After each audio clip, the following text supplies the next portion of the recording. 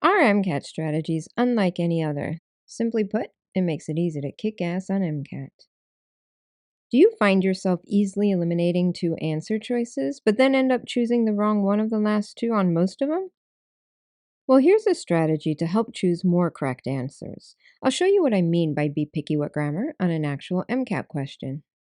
This is a typically missed type of question, and a good example of how much grammar matters as much as the big fat fancy science words, sometimes even more than the science words. Pause the video and take a moment to read the question and choose an answer before I get into it. The question is asking which answer choice would most readily push a non spontaneous reaction forward, considering all conditions are constant and no catalyst is present. This is a standalone question, and as you can see, no specs about the actual reaction are given. It's just about some non spontaneous reaction.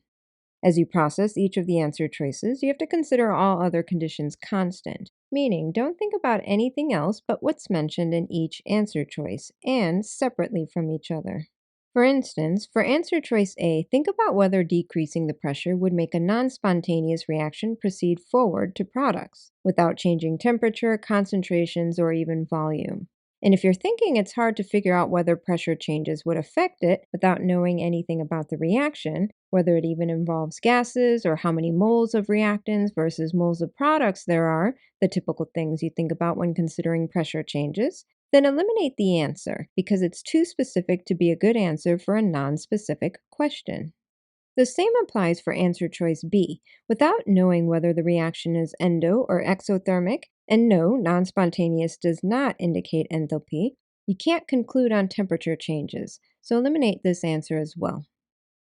You probably easily eliminated A and B and were left with C or D. And if you chose C, you're going to be surprised and even dismayed that C is not the correct answer. D is.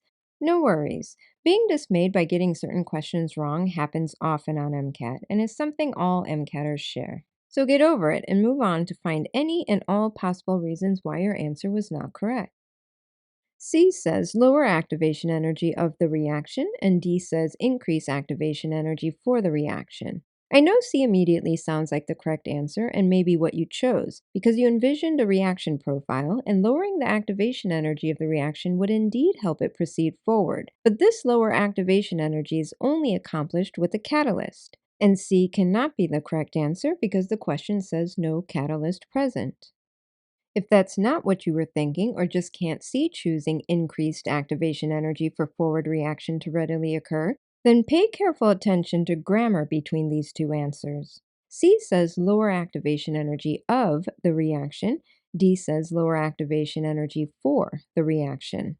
At first, this doesn't seem like a big difference, but lower activation energy of a reaction is referring to the activation energy measure between the reactants and the intermediate or transition state. And this is an inherent quality of the reaction, meaning it is what it is for any reaction based on the reactants and their intermediate or transition state, which more specifically means it cannot be changed or does not change unless a catalyst is added, as we saw before, or if the reactants or intermediate or transition state are changed, which would make it an entirely different reaction. So if the question is referring to a singular reaction with no catalyst, then the activation energy cannot be lowered, making C incorrect. Now I bet you're wondering how increased activation energy makes a reaction more readily proceed forward, as you should be. Well, activation energy is fundamentally defined as the energy required to activate reactants to react, meaning the energy to initiate a reaction, which simply means it's the energy that reactants require to make it to the intermediate or transition state. Activation energy must be applied to the reaction system, and if you increase activation energy for a reaction, it doesn't change the activation energy level, it just helps the reactants more easily reach the intermediate or transition state. So increasing activation energy for a reaction actually means applying more energy for the reactants to absorb to help them more readily react, which is why D is the correct answer. It's just the same as turning the burner to high rather than lower medium to more readily boil eggs, or better yet, deep fry Twinkies. Simple as that.